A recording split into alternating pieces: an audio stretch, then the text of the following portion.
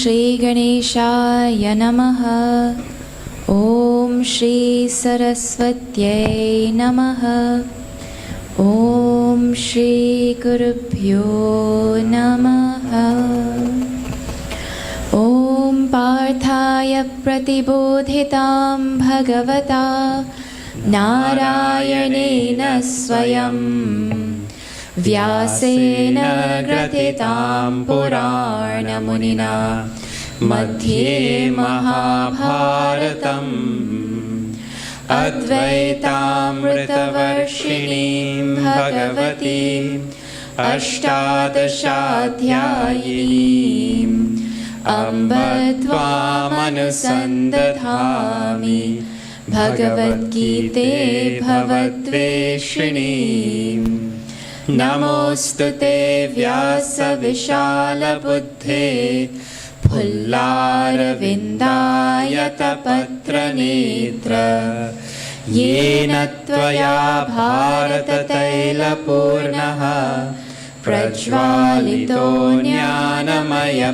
Pradipaha Prapanna Parijataya Totra Vetraika Parnaye Jnanamudraya Krishnaya Gitamritaduhe Namaha Sarvopanishado Gavo Dogdha Gopalanandanaha Partho Vatsasudhir Bhokta Dugdham Gitamritam Mahat Vasudeva Sutam Devam Kamsa Chanuramardanam Devaki Paramanandam Krishnam Vande Jagadgurum Krishnam Vande Jagadgurum Hari Om.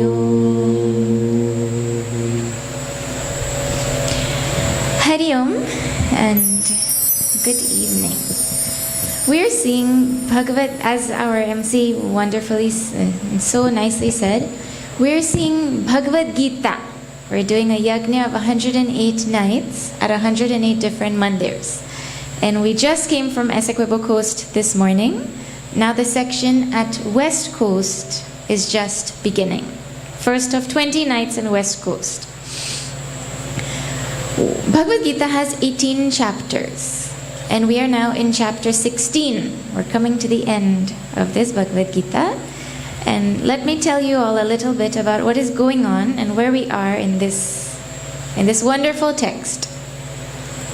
Bhagavan Sri Krishna has finished giving Arjuna the essential teaching in our Vedas, which is summarized in chapter 15. And in chapter 16, he starts the topic of values and vices. And I'll tell you why. You know, you would have heard we have Satya Yuga, Treta Yuga, Dwapar Yuga, Kali Yuga. We have 4 yugas, right? In Satya Yuga, which was a long, long, long time ago, the good and what did we call the evil, the good and the bad forces, they lived in separate lokas, in separate worlds altogether. So you had Hiranyakashipu in one place, and then you had Narasimha Bhagavan in another place. Right? Different lokas people were in. Then, in Treta Yuga, which was the time of Bhagavan Sri Ram, the good and the evil forces, good and bad, Rama and Ravana, they lived in the same world, but they lived in 2 separate countries, Bharat and Lanka. Correct? They were separated by land. In Dwapar Yuga, the 3rd yuga, Now Bhagavan Sri Krishna and Kamsa happen to be in the same family. So now good and bad are getting closer and closer and closer. Right?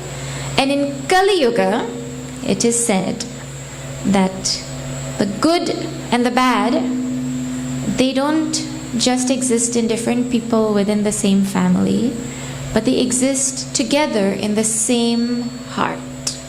So each of us in our heart will have good qualities and we will have bad qualities. It is our experience, is it not? We all have positive qualities, but at the same time we have negative qualities. And Bhagavan now focuses on this topic of these values and vices, these positive and negative qualities, because it is values or good qualities that prepare our mind, that make our mind ripe for understanding the knowledge of the scriptures. We can hear 100 times that there is no difference between me and Bhagavan. My nature and Bhagavan's nature are the same. My nature is happiness. Have you heard that before? My nature is happiness. Happiness is inside. Do you feel happy? I mean, when food is inside, you feel it. You feel your belly full, especially if you've eaten too much. Right? If food is not inside, you feel that too. Your belly is empty. But happiness is inside. You feel that? We don't feel that. We feel when I go and I meet my friends, then I get happiness. When I eat my favorite food, I get happiness. 100 million, billion, gazillion times someone can tell me my nature is happiness, but it is not my experience. And the reason is, until we have prepared our mind and cultivated the right values, that knowledge will not become mine. It will remain just talk. You know, that doesn't bring any benefit to my life. Like somebody has $1 million as an inheritance, but they don't know, and they need money. And every day they're going and they're looking for money and they're doing work and selling a little pulori to make a little bit of money to live. Meanwhile, they have $1 million in their name. Is that not so sad? My nature is infinite happiness. And I go looking for little happiness everywhere, every day, from people, from things, from life. Sad story. Well, this chapter, Bhagavan starts so that we can prepare our minds so that knowledge remains ours and it is not just information. So in the first few verses, Bhagavan Sri Krishna talked about 26 values that prepare our mind. And then he switches to talking about that is called Devi Sampat. Then he switches now to talking about Asuri Sampat. Asuri Sampat is all the negative tendencies that we find in society, in people, and in ourselves. Disclaimer, this chapter is for us to look for those qualities inside, not who has them outside. Right? So Bhagavan starts to let us reflect on this topic. And he says very clearly that the Devi Sampat, the positive qualities, lead us to moksha, to this realization of who I really am. And the Asuri Sampat, or when there is negative tendencies in us, it leads us to more and more and more sorrow. So what is the solution then? Well, remove the negative qualities if they're the problem, and cultivate positive qualities. So in this chapter, Bhagavan is actually taking a mirror for us and holding it up to our face and saying, look in your heart and look for which qualities are there. And if you see them there,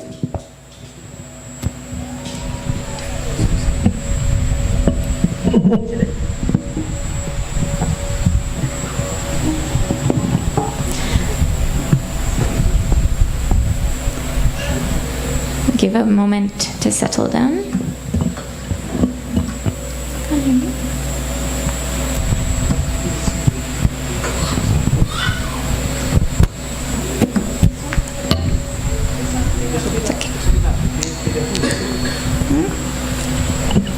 Bhagavan is holding a mirror up to our face in this chapter. And if we don't like what we see, then we have to remove it. My mom has a phrase. You know, sometimes you take pictures and you don't like how you look in them.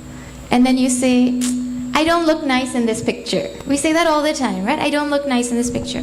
Especially, there can be 100 people in the picture and everyone is smiling except you. And you'll say, no, this picture is not nice. Let's take another one. Because I don't look nice in the picture. Well, my mom had a phrase.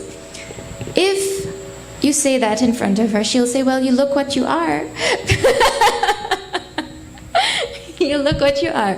So Bhagavan is holding a mirror in front of our face in this chapter. If we don't like what we are seeing, we have to remove it. That is the whole direction in which this chapter is going. Now, today being Hanuman Jayanti, I wanted to tell you something about Hanumanji before we start. In Ramayana, in the very beginning, Tulsidas Ji does pranams to all the main characters one by one. He takes each character and he tells one great thing about them. For Hanumanji, he tells multiple great things, right? One thing that he says, the first thing that he says is, I do pranams to Hanumanji, who Bhagavan Shri Rama himself glorifies. See, everybody is always glorifying Bhagavan. But Hanumanji is glorified by that Bhagavan who glorifies everybody. Then in the next section, he says, I do pranams to that Hanumanji who is an embodiment of wisdom, who is the fire that burns down the forest of wickedness. The forest of negativities is burned down by Hanumanji. And so really speaking, if we bring Hanumanji into our heart, meaning we try to embody the qualities of Hanumanji, well, his presence in our heart will burn away all these negativities that are being described in the verses that are upcoming. So we invoke Hanumanji to give us strength to listen to what Bhagavan is going to say about us, the negative things about us that we don't like, and we pray for power to remove them. Okay, let us now chant. We're now on verse number 13 in chapter 16. Okay? I will chant Shri Krishna Sharanam Mama, and everyone please repeat. Okay?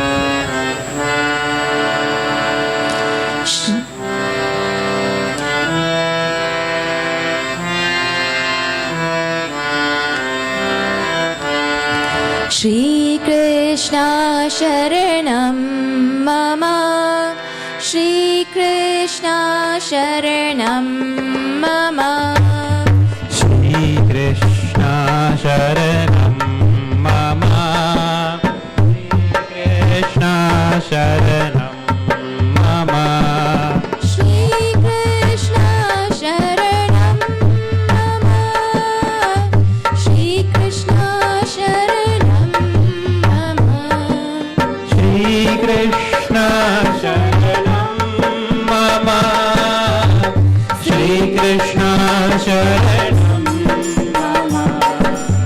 Idam adya maya labdham imam prapsye manoratham. Shri Krishna Sharanam Mama, Shri Krishna Sharanam Mama. Idam asti nam bhakti me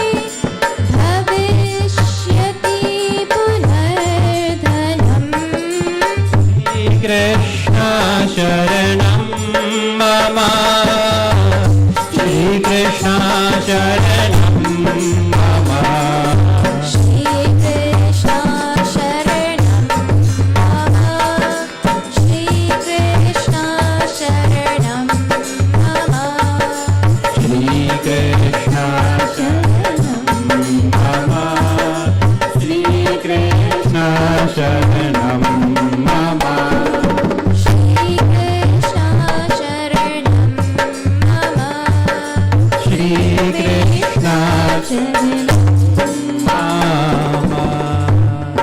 Shri Krishna Kanhaiya Lal Ki Jai.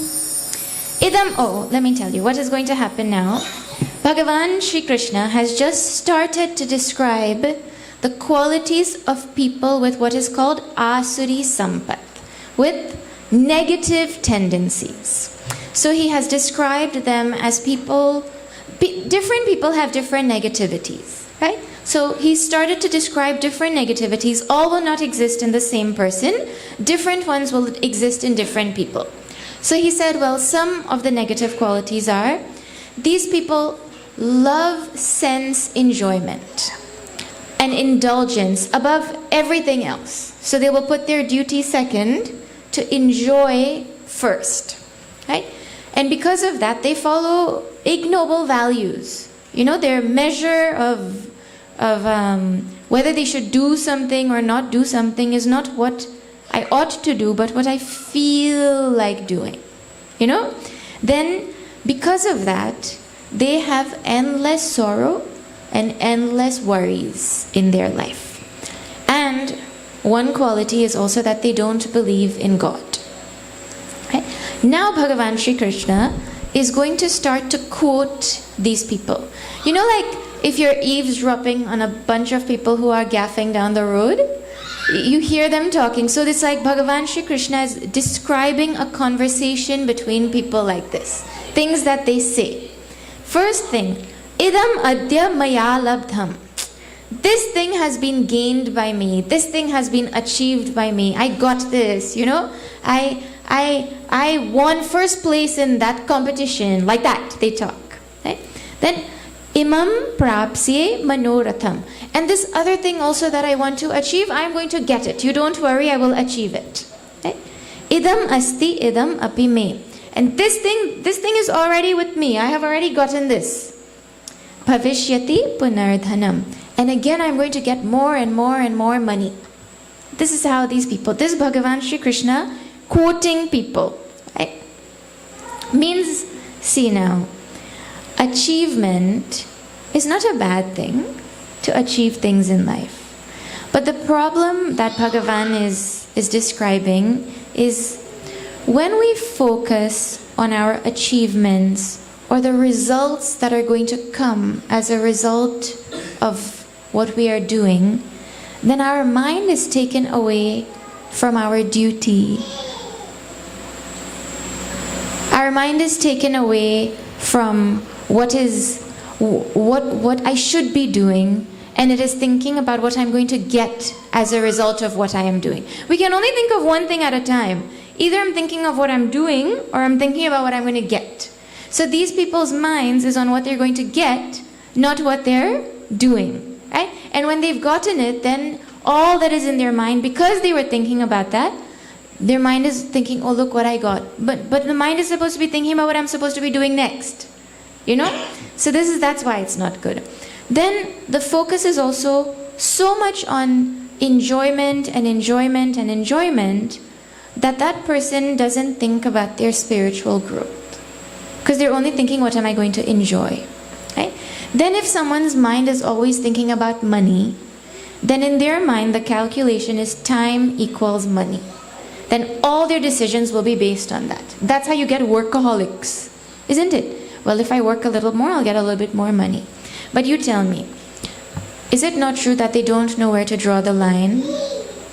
Like, you ask a child, a young child, of parents who are very wealthy, but they have no time to take care of the child because they're working whole day. They wake up in the morning and they go to work, and there's someone else minding the child. You ask that child, would you rather have less things but more time with your parents, or more things and less time with your parents? What do you think that child will say? Well, every child will opt for more time with the parents. But the parents go and tell themselves, but I'm doing this for my children. But the child doesn't want that, they want you. Right? So this is the problem. When you think money is so great, it takes priority over all other priorities, and priorities get mixed up. So Bhagavan is highlighting, in case this quality is there, because we live in a society where money is so valued. People are measured by their money, you know. He says, just check your mind. Are you tending in this direction? If yes, just it's not such a good thing. You know? Pause and think about it like that. Then he continues. He says, let's chant.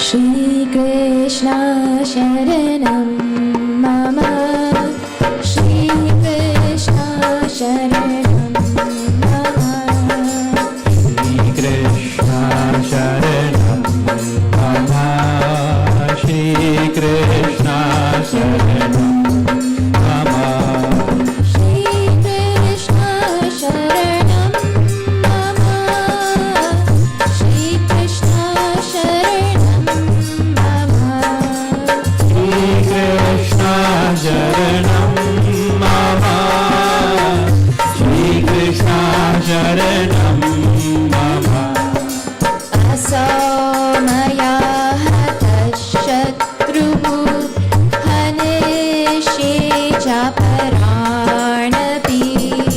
Shri Krishna Sharanam Mama, Shri Krishna Sharanam Mama, Ishvaro Hamaham Bhogi Siddhoham Balavan Sukhi, Shri Krishna Sharanam Mama, Shri Krishna Sharanam Mama, Shri Krishna Sharanam Mama, Shri Krishna Sharanam Mama, Shri Krishna Sharanam Mama,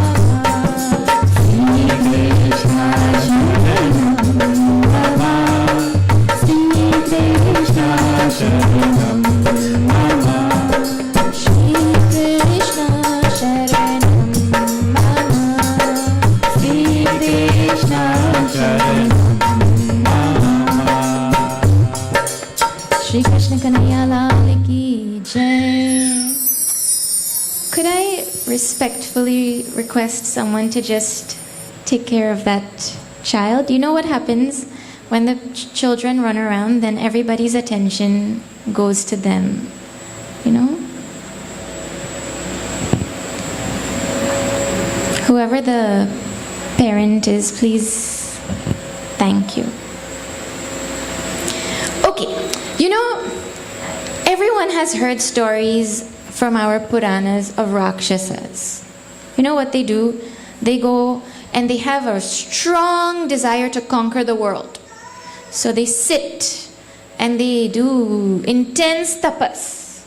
And because their desire is so strong, they're able to sit there with full concentration, right? But they have an impure mind. Now, when they get the result of their tapas, which is a boon, because when you do karma, you have to get the result. So they've put in great karma, and they've gotten the result. The Bhagavan comes and says, what do you want? And they ask for something. I want to get enough power to conquer Indra, or something like that they ask for, right? Well, as soon as they get the boon, then all their true colors come out. And you see how they go to try to do all kinds of things to people. In fact, one time, I think his bus master it was, he asked for a boon that whoever he touches, that person will be turned to ash. Right? So, Bhagavan Shiva had to grant him that boon. Then he wanted to check if that boon was working on Lord Shiva himself. After that, Bhagavan says, people talk like this, Asau maya hata shatruhu. This enemy has been defeated by me. You know, they think about who all they're going to defeat and conquer, and who they call enemy also you don't know. They go and they pray to Bhagavan for something, and then they turn around and say, Bhagavan is my enemy. You know? Then, Hanishye cha aparanapi. And those who I haven't yet defeated, I will defeat them also. You don't worry. I'm coming to defeat them.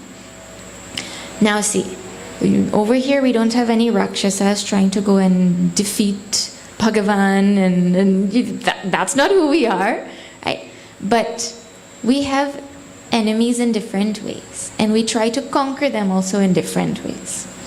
There's physical conquest of enemies, which most people don't, normal people don't think about, But there is economic conquest, where one person tries to put another person out of business so they can get that person's business. We see that all the time. Then there's also character. It happens with, we try to ruin people by ruining their character. That is what gossip is. You say something about somebody so people think something about them.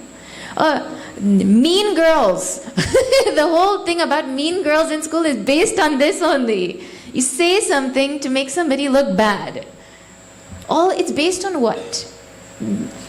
In there will be some jealousy that is causing this kind of emotion to come out, where I want to bring somebody else down and call them my enemy, like that. So Bhagavan is saying that is not a good quality. So it may not come out in these words, but if that tendency is there, it is going to bring sorrow to our life. Do we feel that? I want to bring this other person down so I could feel better about myself? Then, Ishvaroham, I'm God. Some people will say, well, obviously I'm not God. In the Puranas there are stories where people actually think they're God. They actually consider themselves to be God, and they say, you have to worship me. Have you seen stories in our Puranas like that? Hiranyakashipu says, no, who is this Vishnu? Leave him. Come and say Om Shri, not Om, Hiranyakashapave Namaha. Or Vena, another king that was there, his name was Vena. He thought he was God for real. So he used to make people worship him and say Om.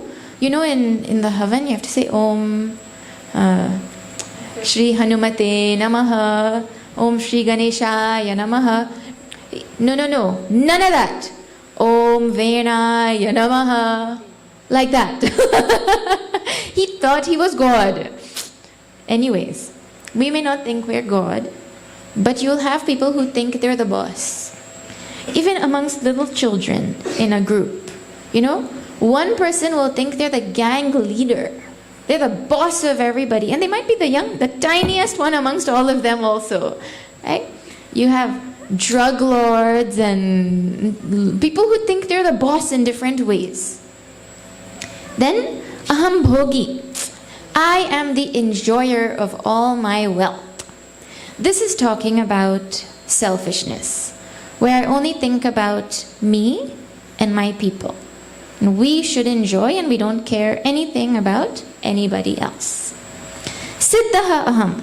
I am accomplished in every single way. Balavan. I am powerful. And Sukhi. I am happy. You know anybody who is happy? Always happy? So if somebody like this says, I'm Sukhi, I'm happy, they're telling lies. Lies they're telling, right? Because in the world that we live in, if you have joy, you have to also have sorrow. So they haven't accepted that. And then when sorrow comes, they go to do something to try and bring joy back in their life. But they pretend to everybody, I'm happy.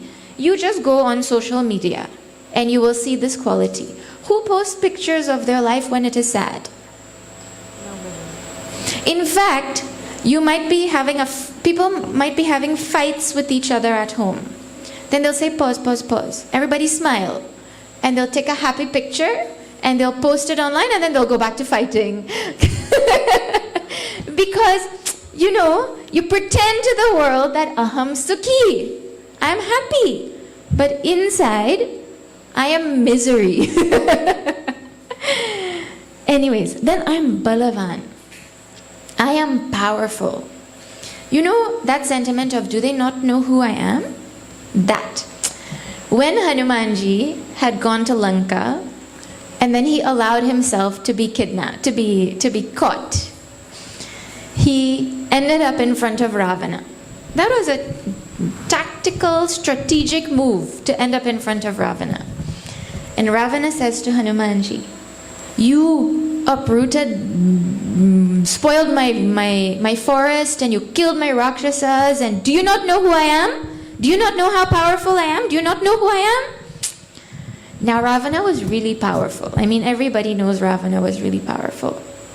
But see Hanumanji's answer. Hanumanji said, "Yes, I know your power. You are the one who fought with Sahasrabahu and Bali, is it not? Those are the only two people who defeated Ravana, and defeated him really badly. Means Bali, Sugriva's brother, one time Ravana had gone to fight with him, and he was doing a yajna. So he did not want to stop his yajna, so he took Ravana and he held him under his armpit until he finished his yajna.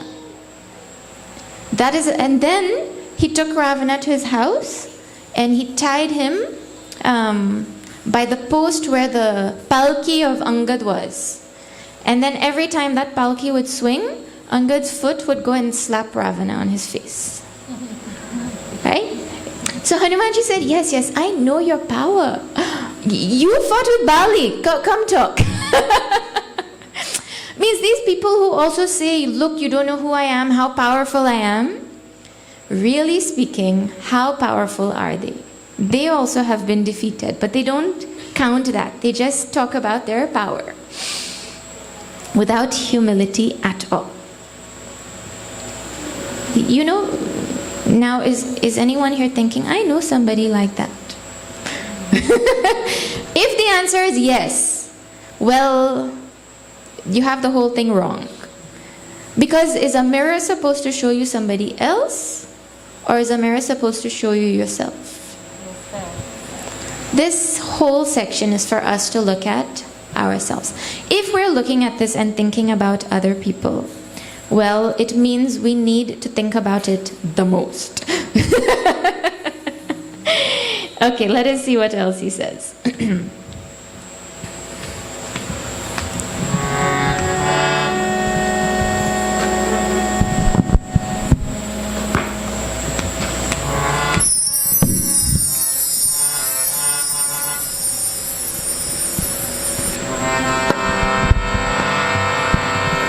Shri Krishna Sharanam Mama, Shri Krishna Sharanam Mama, Shri Krishna Sharanam Mama,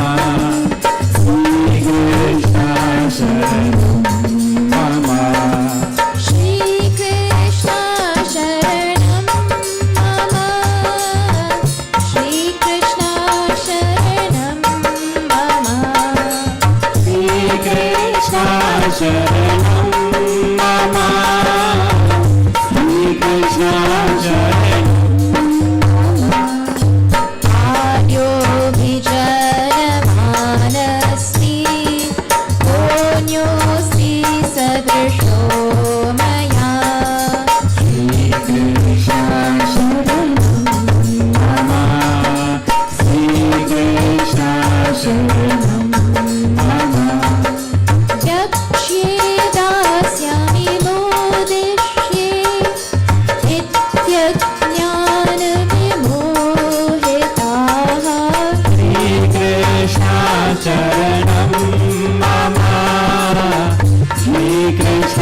Sharanam Mama, Shri Krishna Sharanam Mama, Shri Krishna Sharanam Mama, Shri Krishna Sharanam Mama, Shri Krishna Sharanam Mama, Shri Krishna Sharanam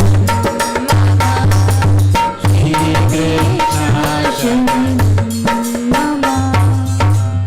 Shri Krishna Kanhaiya Lal ki Jai. Adyoham Man, I am rich. I don't know what the slang is nowadays. It keeps changing. But I am rich. That feeling and that telling people I'm rich, you know. Abhijanavan asmi. I am of a great birth. You know which family I am born in? You don't know who I am? Like that. You know, when we talk like this, and Bhagavan is quoting people like this and talking about wealth in this way, the question comes, but is wealth really such a bad thing? You know, to say I am rich and I have wealth? And the answer is no. In fact, wealth is not criticized in Sanatana Dharma. Wealth is not criticized at all. In fact, wealth has to be respected. Lakshmi Devi is wealth, is it not? So how can we go and criticize wealth? Wealth is not to be criticized, right? But the problem is, you know how Ravana wanted Sita Maya? Is it a wrong thing to want the mother of the universe in your life? No, but to want her without Sri Rama was the problem. You see, he wanted Sita Ji without Sri Ram for different reasons. In the exact same way, when somebody wants Lakshmi, wealth, without Vishnu, without integrity and dharma and morals, all that is the problem. Right? When somebody wants Lakshmi or wealth to enjoy in all kinds of other ways, that is the problem, and that is the thing that is being highlighted. Now, nowadays, please, wealth is not only money. Wealth is measured in so many different ways nowadays. Number of followers, that is a kind of wealth. How many followers do you have? What? Only 5,000? Hello. I have 9,000. It's a wealth. How popular a person is based on the number of followers that they have, right? Or how many people come to your mandir? What? Only 50? Man, our mandir never has less than 200 people. People measure this, I'm rich is being talked about. People measure it in different ways. It doesn't have to just be financial. And you'll hear a little child will come and say, I have bigger marbles than all of you. You know, there's different sizes of marbles, the little ones, and then you need the slight. I don't know if children play marbles nowadays. Do they? There's the little marbles, and everyone has a lot of those. Then there's that big marble which you use to hit the little ones.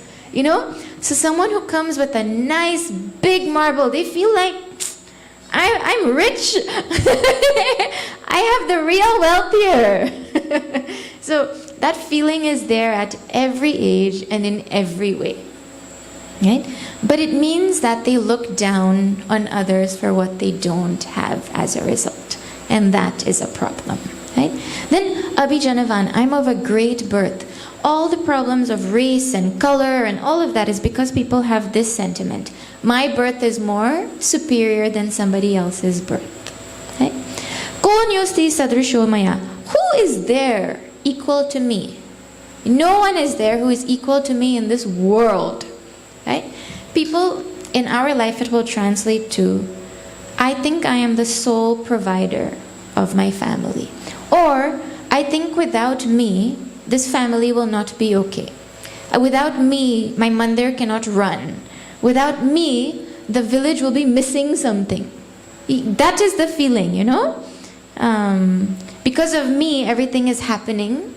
That who is there equal to me? Like that. Yakshye dasyami modashye. I do yajnas, you know? I do yajna, they're saying. Dasyami, I give dana like anything. And modashye, I will enjoy svarga. So now see these things, right? One is, when a person says, I do yajnas, I will do yajna, they're saying it as with pride. You know, I do yajna every year, man. Like that, right? Now, it is not a bad thing to do yajna, but to talk about it and do it with a reason of trying to show off is the problem that is being talked about, right?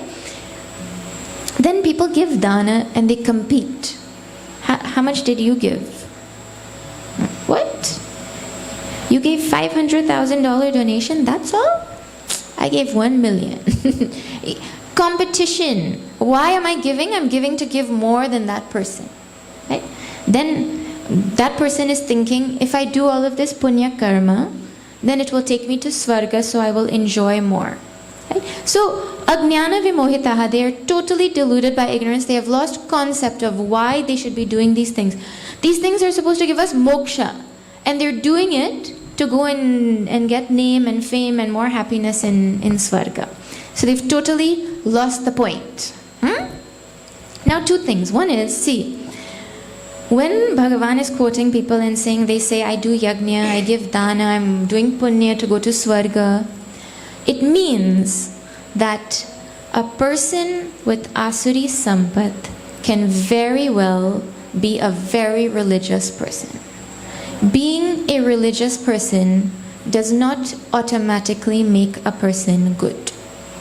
Have you not seen? There can be religious people who are mean and rude and obnoxious and all kinds of things. Because religion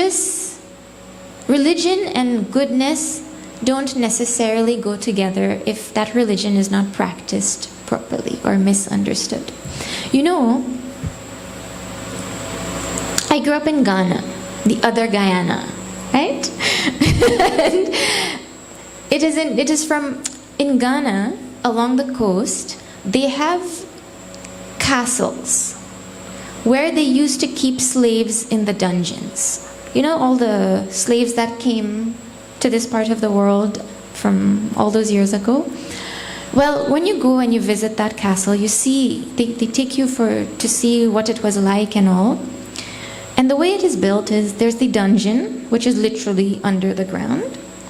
And on top of the dungeon is the church.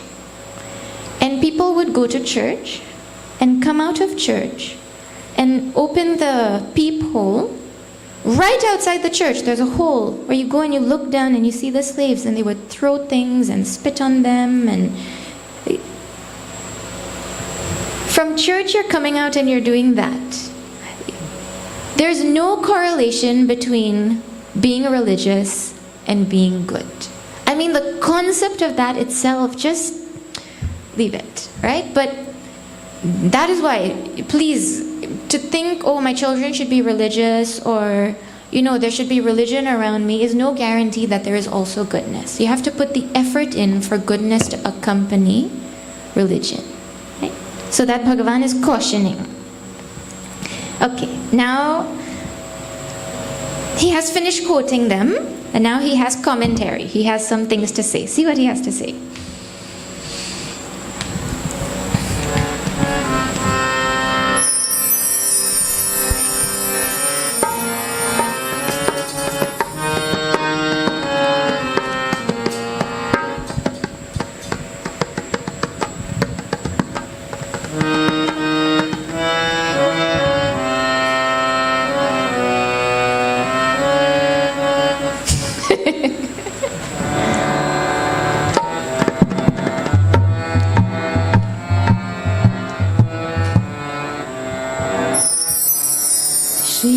Krishna Sharanam Mama, Shri Krishna Sharanam Mama, Shri Krishna Sharanam Mama, Shri Krishna Sharanam Mama, Shri Krishna Sharanam Mama, Shri Krishna Sharanam Mama, Shri Krishna Sharanam Mama, Shri Krishna Sharanam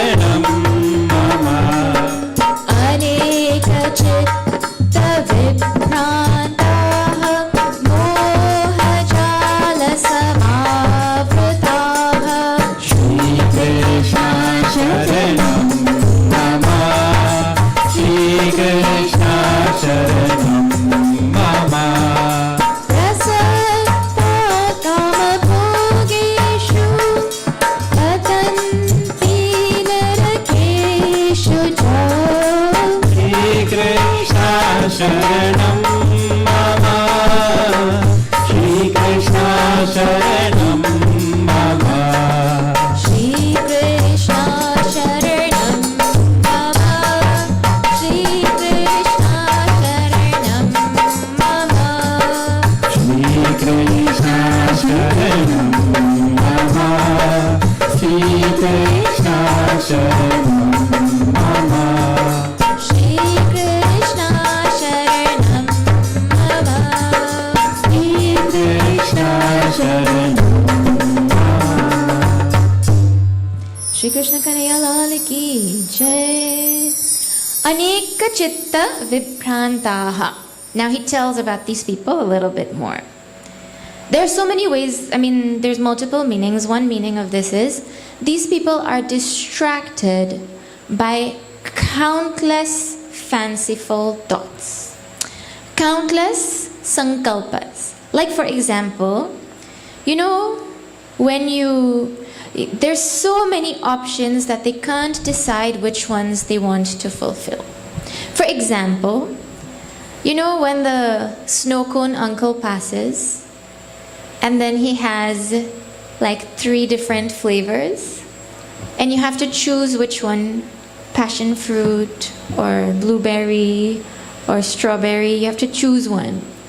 Sometimes it's really hard to decide which one you want, is it not?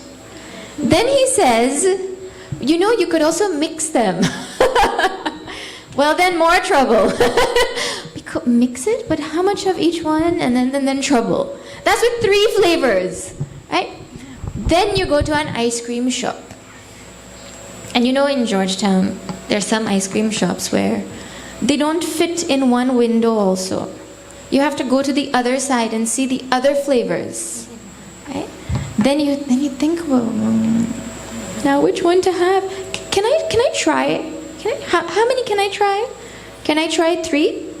Can I try 4? Then I'll decide. Then I'll take the 5th one. So many options that I can't decide which one I want.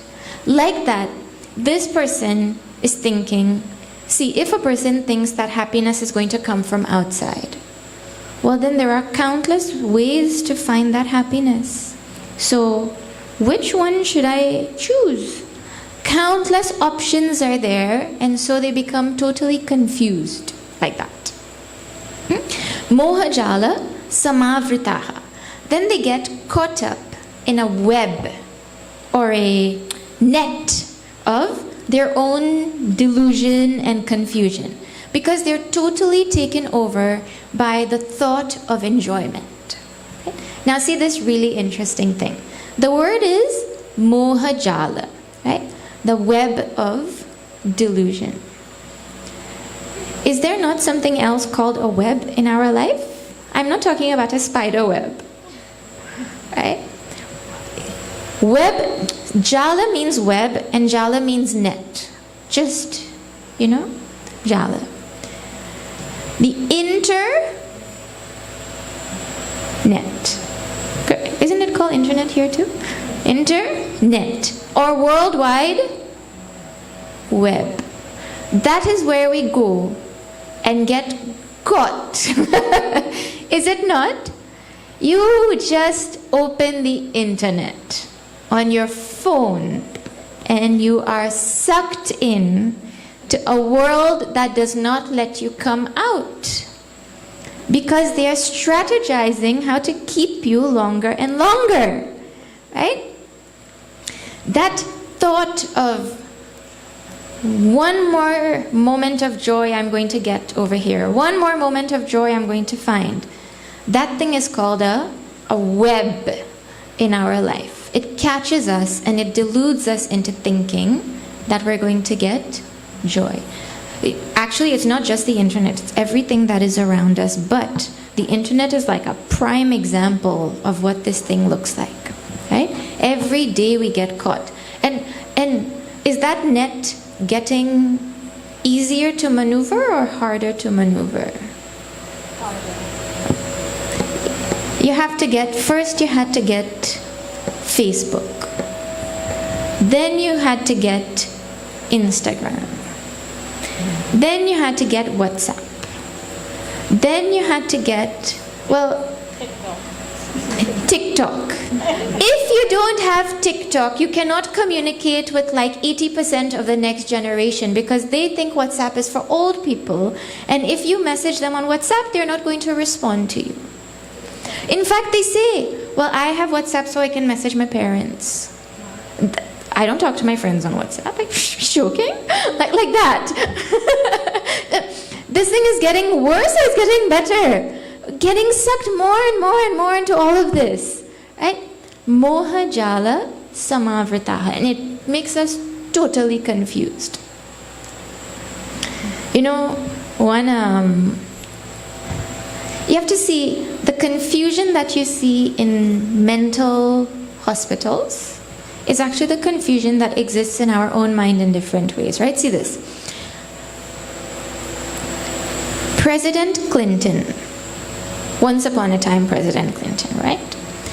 He decided to go and pay a visit to the mental asylum.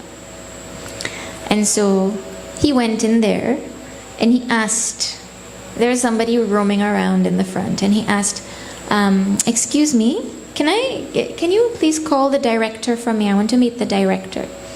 That person said, I'm the director. He said, oh, did you not recognize me? I'm President Clinton, you know? He said, oh, really? Welcome. That's how I got here too.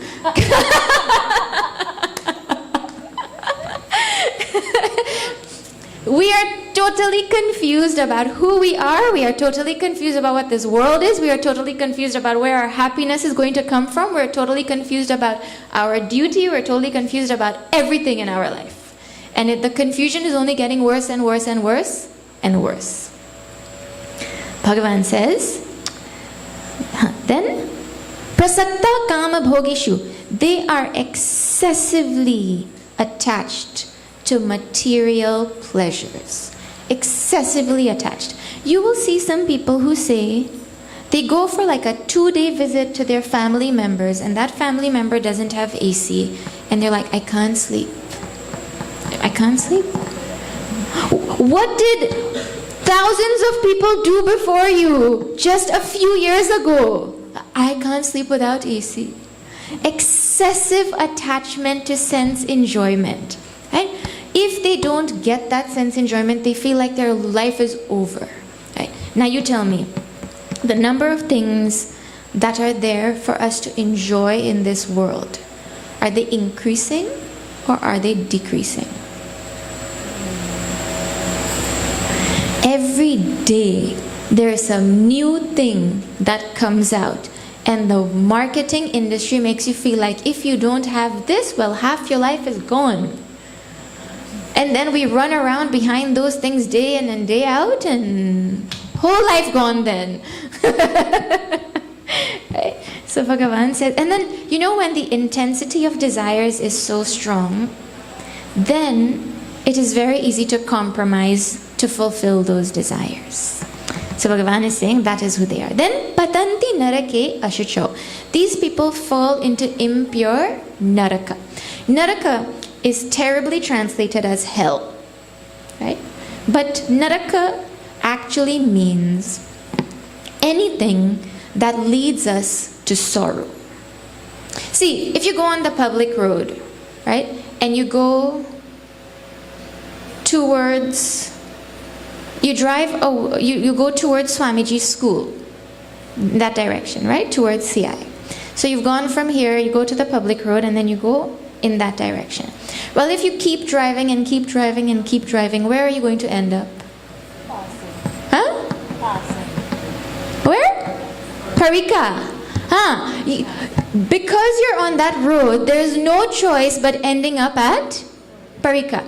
Well, somebody who has chosen this kind of path of indulgence and sense enjoyment, they are on a path that is leading them, guaranteed, to sorrow and suffering and feeling incomplete and and having afflictions and suffering in their life.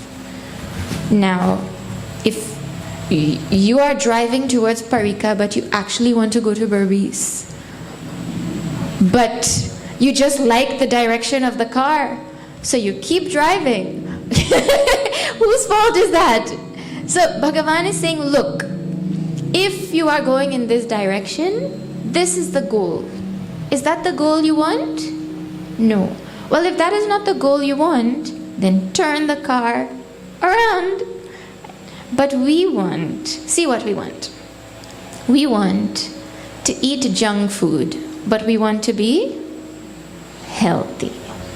We want to sleep late, but we want to feel fresh in the morning.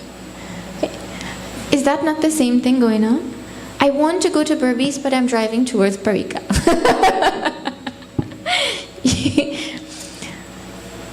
This lifestyle leads one to sorrow. I am not saying this. Please, if you don't believe it and you disagree, you come and speak to Bhagavan. Anyone over here you speak to, and you take it up with them. But this is what he says. This description of this person.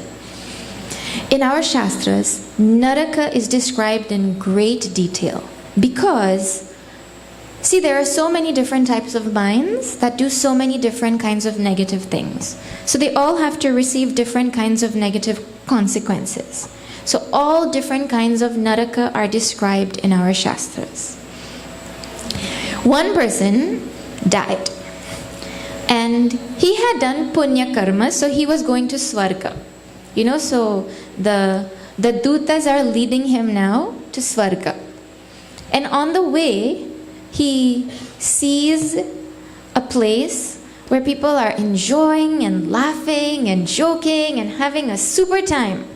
And he asks this person who is taking him, hey, what is that? And that person says, oh, that's Naraka. Oh, okay. So now he's thinking, well, if that is Naraka, imagine how wonderful Swarga is going to be.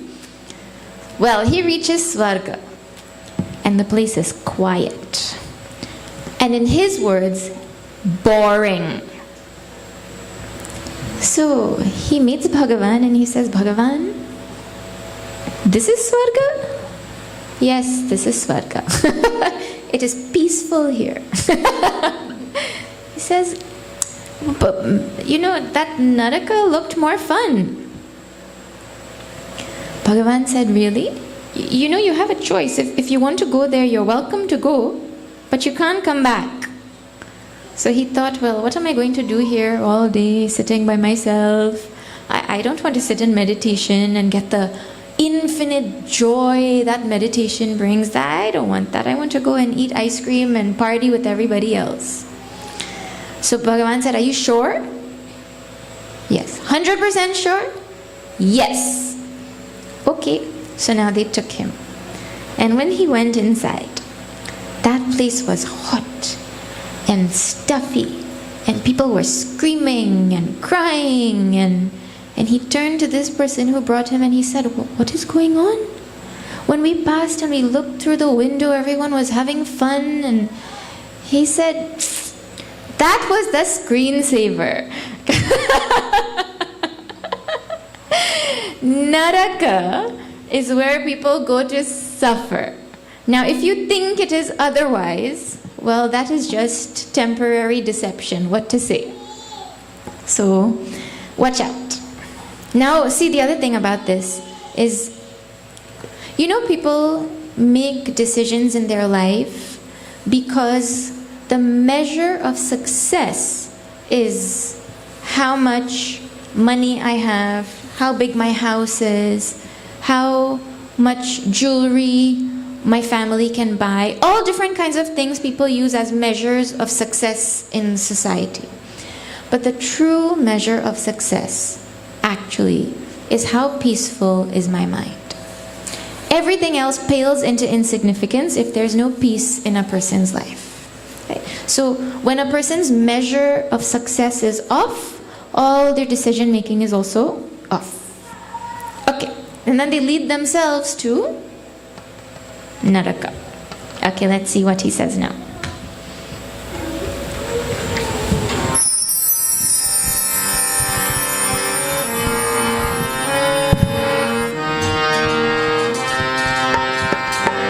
Shri Krishna Sharanam Mama, Shri Krishna Sharanam Mama, Shri Krishna Sharanam Mama, Shri Krishna Sharanam Mama, Shri Krishna Sharanam Mama, Shri Krishna Sharanam Mama, Shri Krishna Sharanam Mama, Shri Krishna Sharanam Mama, Atma Sambhavita Stabtaha Dhanam Manamad Dhanvitaha Shri Krishna Sharanam Mama, Shri Krishna Sharanam Mama, Yajante Navayajnaisti Dambhena Vidhipurdakam Shri Krishna Sharanam Mama, Shri Krishna Sharanam Ahankaram Balam Darpam Kamam Krodham Cha Samshritaha Shri Krishna Sharanam Mama, Shri Krishna Sharanam Mama, Mamatma Paradehishu Tatvishantubhyasuyataha Shri Krishna Sharanam Mama, Shri Krishna Sharanam Shri Krishna Sharanam Mama, Shri Krishna Sharanam Mama, Shri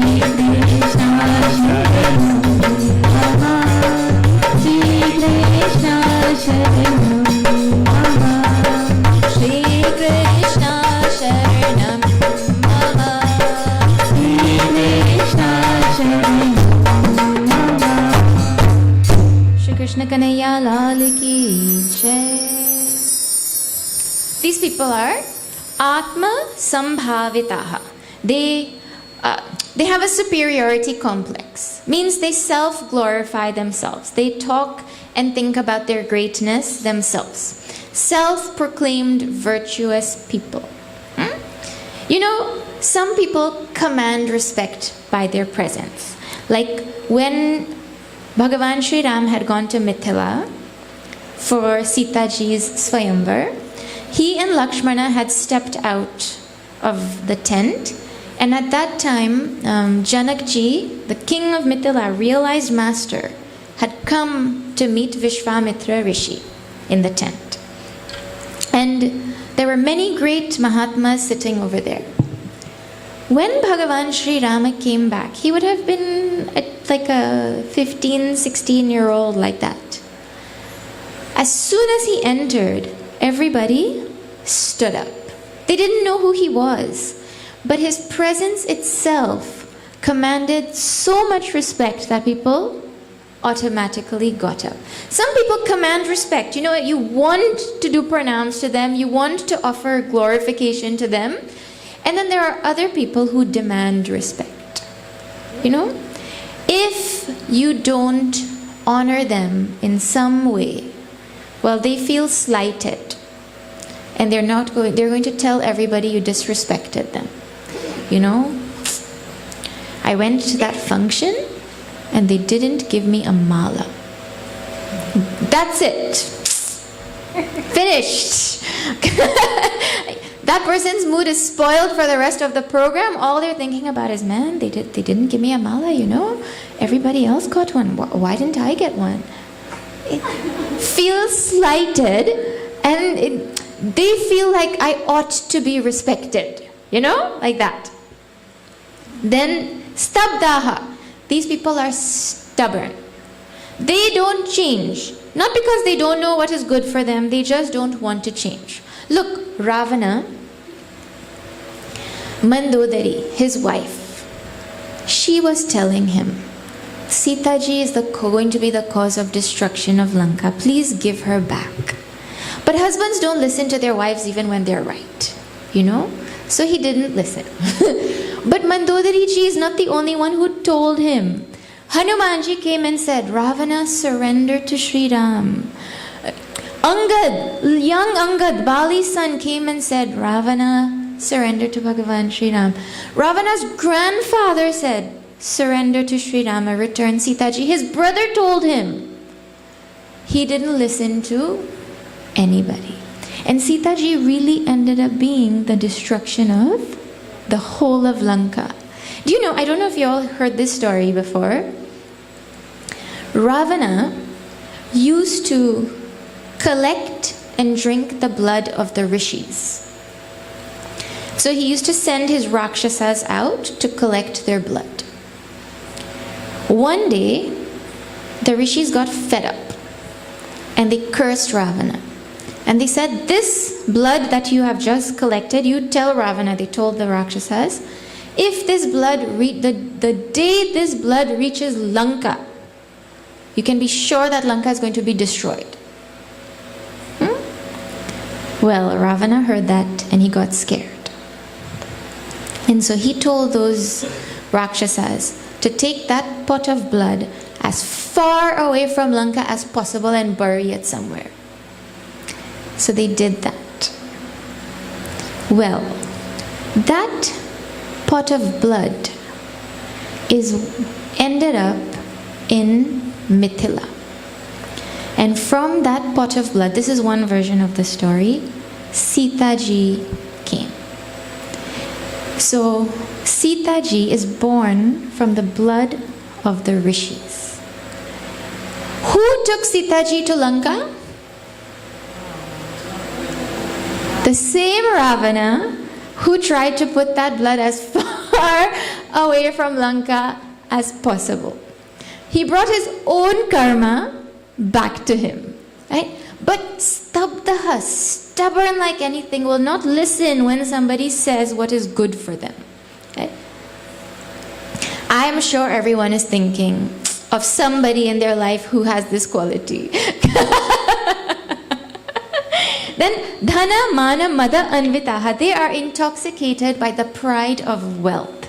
Means one is, they feel that everything can be bought by money. The really interesting thing is, Bhagavatam says that people in Kali Yuga will acquire wealth by any means. Anyhow, they will acquire wealth, right? And in Kali Yuga, people will not ask you how you got that wealth.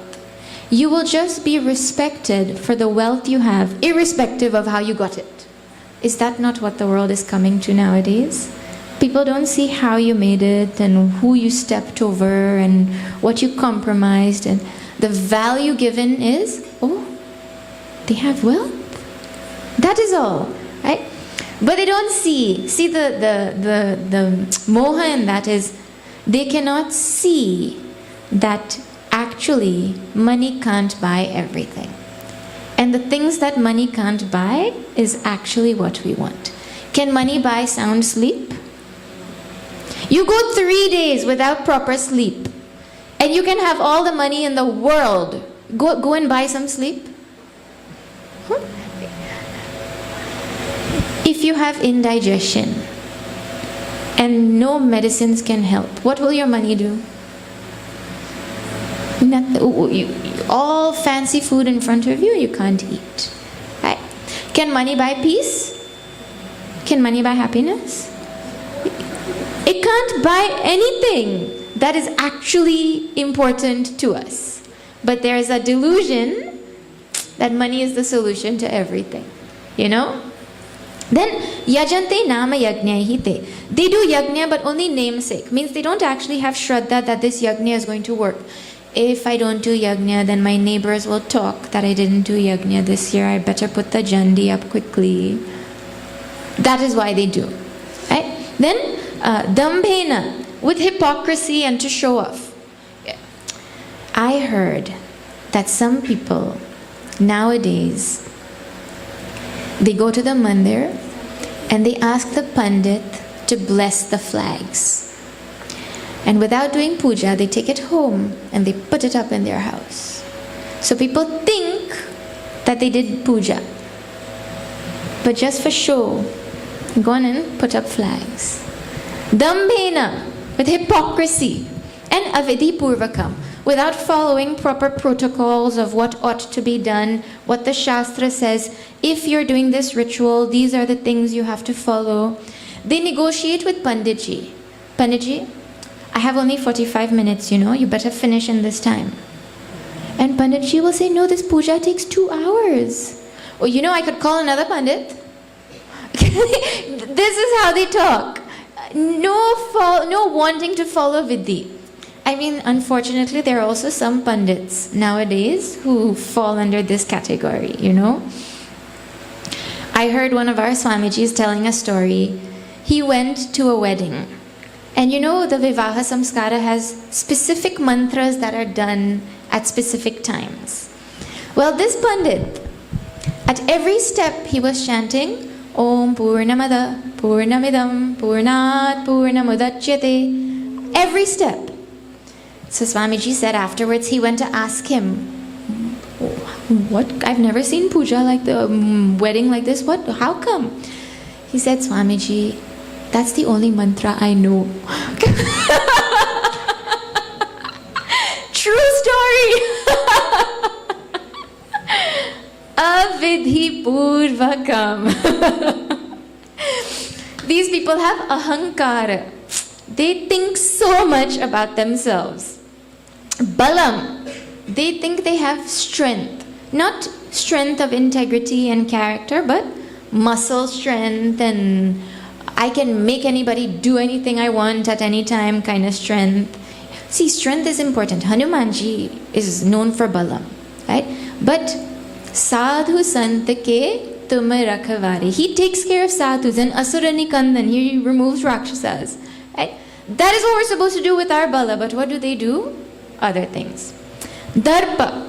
Darpa is arrogance. Meaning, it is that because of which a person transgresses dharma. They forget what is right and what is wrong when they have arrogance. Right? And because when it comes, it's like it blocks all proper thinking in our mind. Then kama, desire, krodha, anger, samshitaha. They are endowed with all of these qualities. Right? These qualities don't leave them on their... Duryodhana, who is a big enemy of Arjuna? Well, on his deathbed, he's dying in pain. His thighs have been broken and his army has been destroyed. His brothers are dead. Everything. On his deathbed now, he's talking to Ashwatthama. And he's telling Ashwatthama, you should have a child who is going to kill these Pandavas.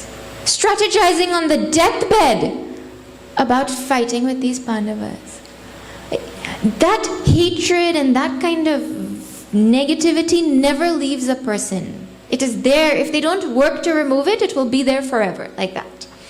And then, Mam Atma Paradeheshu Pradvishantaha.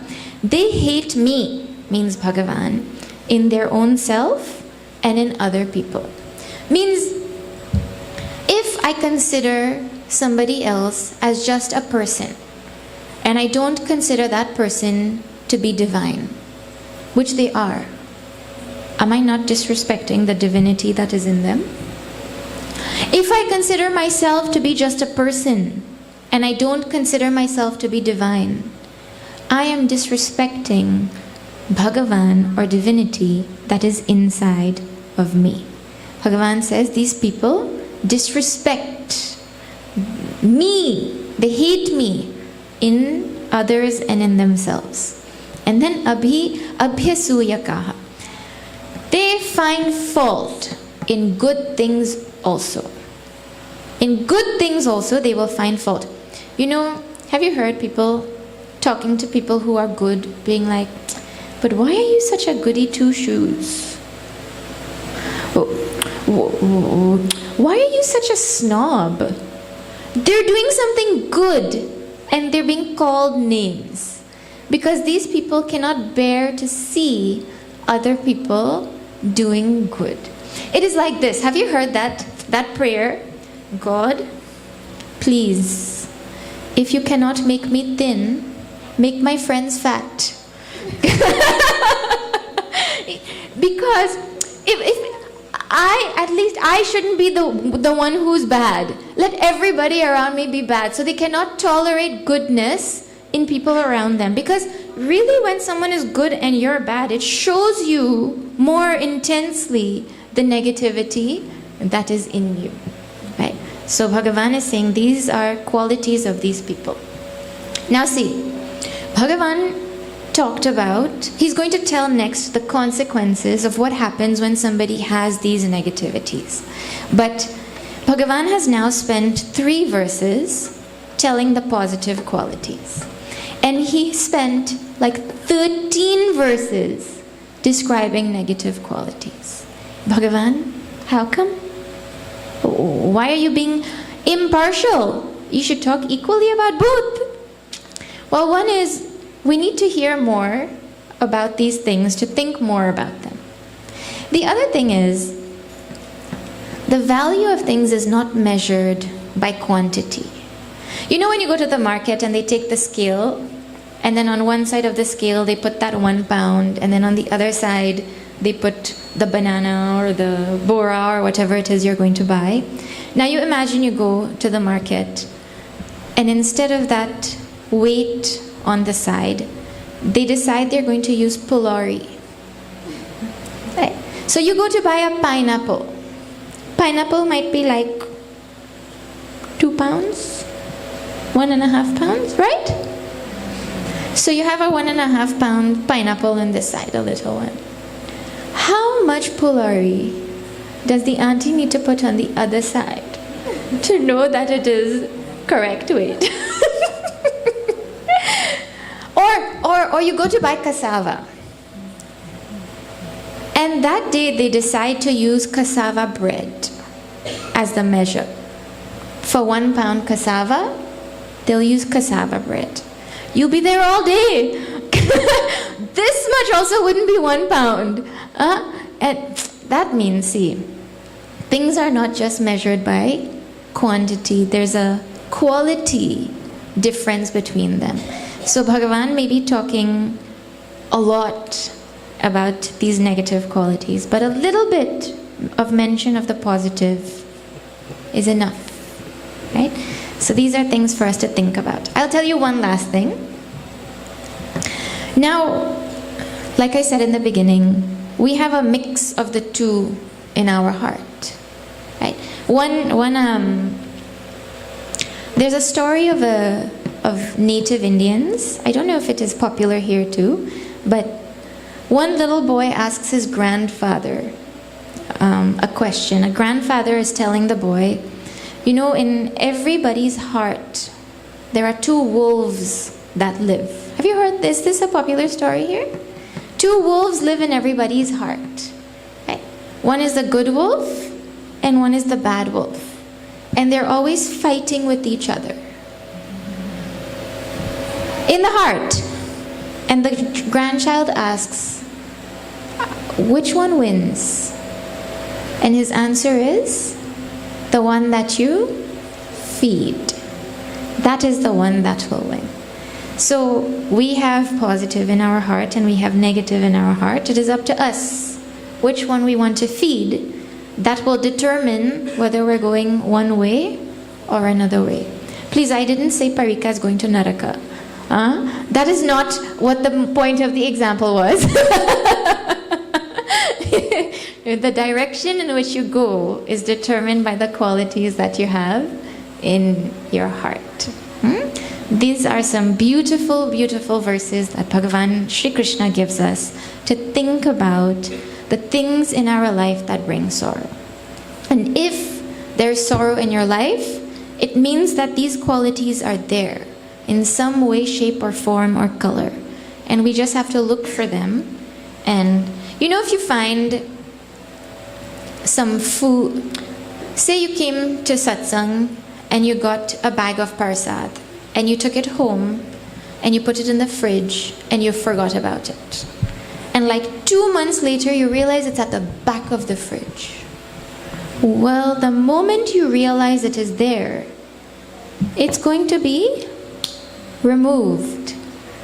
But until you know it is there, it will keep just sitting there. So the moment we actually realize that these negative qualities are there and we don't want them, we will put effort and we will remove them. Okay, I will stop here now. I'll share a couple of announcements. Thank you all thank you Panditji, thank you to everybody at the Mandir for hosting and organizing this 88th night of the Bhagavad Gita Jnana Yajna. We will be in Lenora tomorrow, Lenora Hindu Mandir, 7 p.m. If you are interested, please feel free to join. I know this is Hague back and it's all the way at the back, but it's not behind God's back. Right? So if you're able to come, please do. It will be so nice to see all of you again. And if you can't come, we're trying to stream it live every day on Facebook, so you could get it there too. No? Well, it will be on YouTube in a few days then. Okay.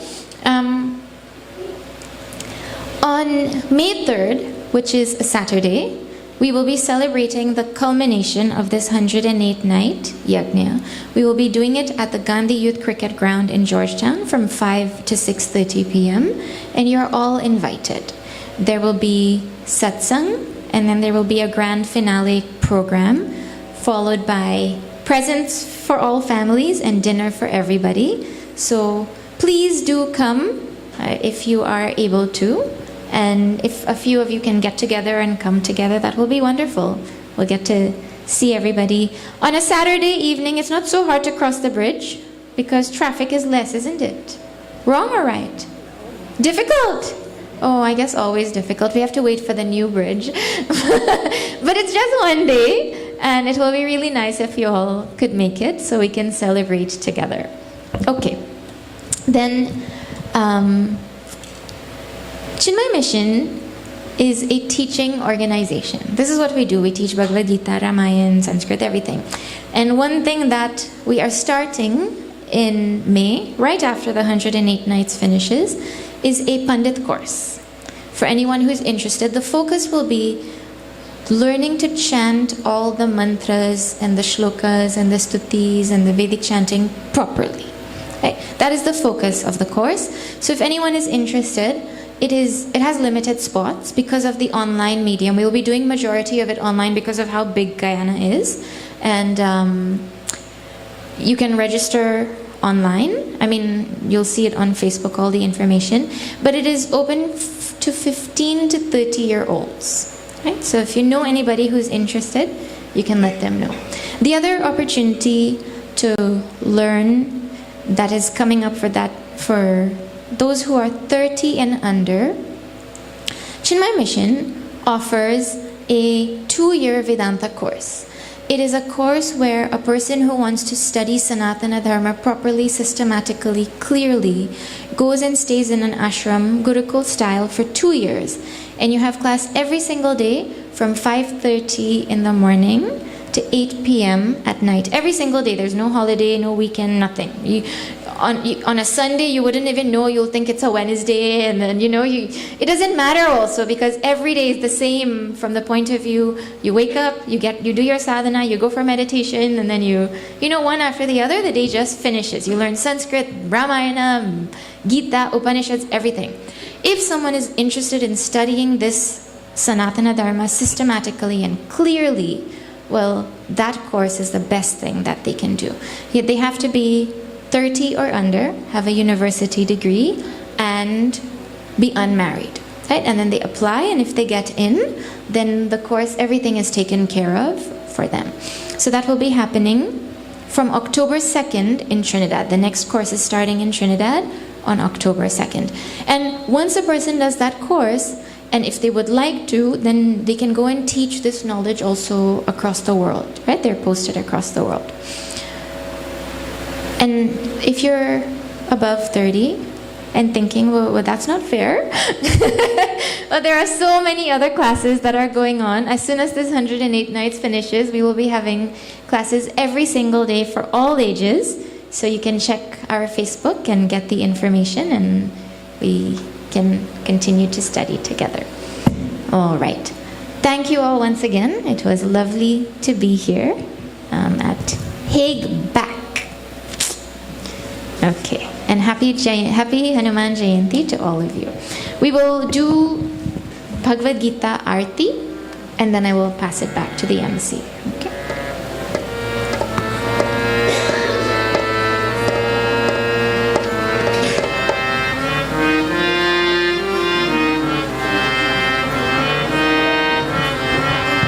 Let us all stand as we perform the Bhagavad Gita Arti.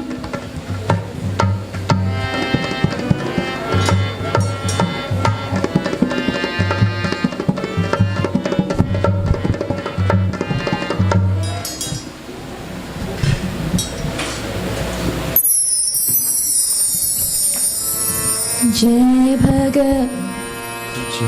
Bhagavad Gita Maya Jai Bhagavad Gita Hari Kamala Viharini Hari Kamala Viharini Sundara Supunite Om Jai Bhagavad Gita Karma Sumarma Prakashini Kama Sati Hara Sati Hara Tattva Jnana Vikashini Tattva Jnana Vikashini Nitya Brahma Para Om Jai Bhagavati Nischala Bhakti Vedayini Nirmala Malahari Maya Nirmala Malahari Sharana Rahasya Pradayini Sharana Rahasya Pradayini Sabhavidhi Sukhakari Om Jai Bhagavati Raga Dvesha Vidarini Karini Moda Sada Maya Karini Moda Sada Bhava Bhaya Harini Karini Bhava Bhaya Harini Karini Paramananda Prada Bhagavati Asura Bhava Vinashini Nashini Tamarajani Maya Nashini Tamarajani Devi Sadgunadayini Devi Sadgunadayini Hari Rasika Sajani Om Jai Bhagavati Samata Tyaga Sikhapani Hari Mukha Ki Bani Maya Hari Mukha Ki Bani Sakala Shastra Ki Swamini Sakala Shastra Ki Swamini Shrutiyo Ki Rani Om Jai Bhagavati Daya Sudha Barasavani Matu Kripa Ki Jai Maya Matu Kripa Ki Jai Hari Pada Prem Daan Kar Hari Pada Prem Daan Kar Apno Kar Lijai Om Jai